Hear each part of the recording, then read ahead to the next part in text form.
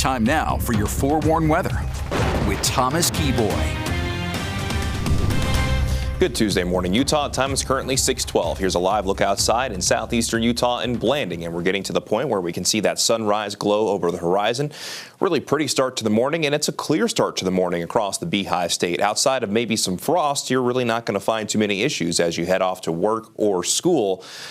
But part of the reason why we're going to see some frost in areas is just because it's really cold outside. Now, you want it to be cold outside for the mountains, so the snowmaking operations are in full swing. A beautiful view from Alta, as temperatures this morning for most of us are in the teens and 20s. Heber, Logan, Cedar City, all waking up with temperatures in the teens, while we're at 25 degrees in Salt Lake City, and even St. George this morning, waking up to a temperature below freezing at 31. No matter where you are, you probably want that winter jacket as you head out the door.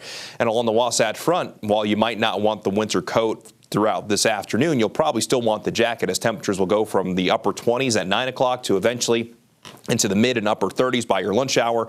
Then as we approach sundown, those temperatures will cool off rather quickly once again. I do think that will top out in the upper 30s and low 40s between noon and 5 o'clock, but it's still going to be a relatively cool and chilly day along the Wasatch Front, while most spots across the state outside of our northern Utah valleys will actually be a little bit warmer compared to yesterday, thanks to a little bit more of a southerly flow. But our warming will be capped along the Wasatch Front and our northern Utah valleys because of the inversions in place, and you can get a very clear view of the inversion from Ensign Peak looking down into the Salt Lake Valley. This is a current picture, and it is very clear out there this morning, and currently we're checking in with moderate air quality in Salt Lake County.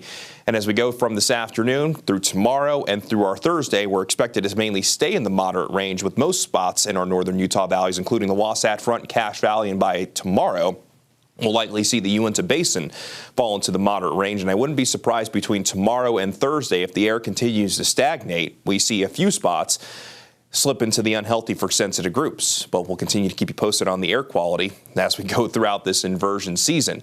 And when we look at the regional forecast today, daytime highs along the Wasatch Front very similar to yesterday, if not just maybe a degree or two warmer, while most spots will be about 5 degrees warmer compared to what we saw yesterday.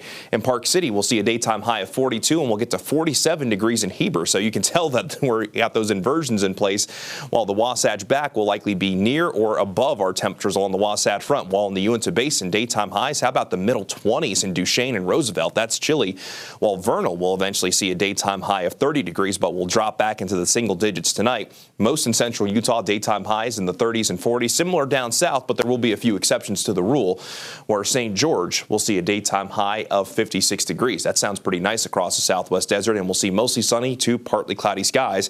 All of that thanks to a ridge of high pressure in place, but this ridge of high pressure is actually moving from west to east.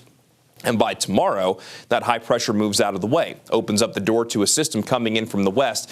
Yesterday, we were talking about how this system was likely going to clip the southern half of the state. That could still be the case, but it looks like it might actually move a little bit further south. So the chance of any wet weather in southern Utah state looks like it's going to stay fairly low, and maybe a few spotty showers in the high terrain between late Wednesday and early Thursday. But even if that system misses us, it does open up the door to more systems that are likely going to come in from the northwest as we go from Friday into this upcoming weekend. On Friday, we'll have a good chance of wet weather across the state, even though this model isn't as optimistic, and then more of those systems coming in between Saturday and Sunday, which will likely favor the northern two-thirds of the state. And after some brief warming, those temperatures will be coming back down, and we could be talking about more snow in our valleys, while we could also see some healthy snow in the mountains. Being more than a few days away, we'll just have to continue to fine-tune that forecast as we get a little bit closer. But at the end of the day, from Friday through this weekend, we'll have a better chance of wet weather and likely that relief from the inversion haze. In St. George, daytime highs will be in the mid-50s over the next few days, and daytime highs easing down a little bit to the upper 40s and low 50s